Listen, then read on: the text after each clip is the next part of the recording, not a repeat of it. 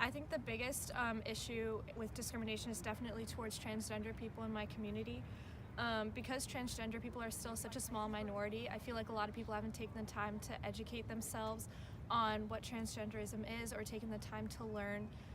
about transgender people and what their mental struggle is, and I feel like that causes a big disconnect, and it causes people to assume that maybe transgenderism isn't real, or they think that it's a different underlying problem, rather than understanding that people who are transgender feel better about themselves normally afterwards.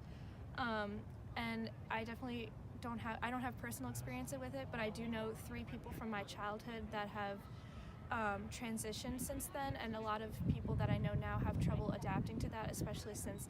they've known them as either she or he, and now they're, the opposite, and they definitely have trouble remembering to respect their transition and how vulnerable they are. The solution is definitely education. There are people who make speeches about detailing their process to becoming a transgender person, and their mental struggle, and the actual, maybe the surgery that they go through, or the hormones they take. And I feel like if people took the time to learn about the process and how they felt afterwards, and really got to connect with someone, because some people have never met a transgender person and they're just thinking about